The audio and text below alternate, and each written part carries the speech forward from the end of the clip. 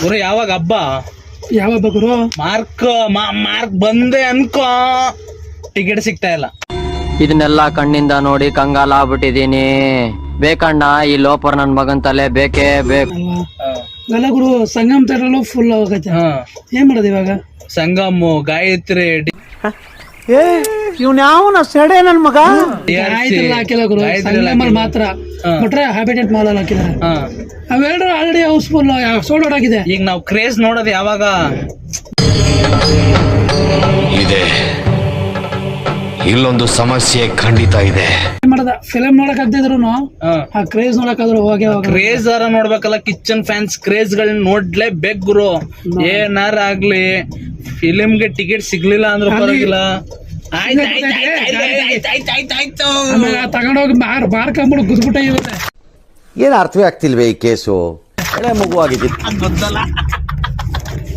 ಗೊತ್ತಲ್ಲ ಗುರು.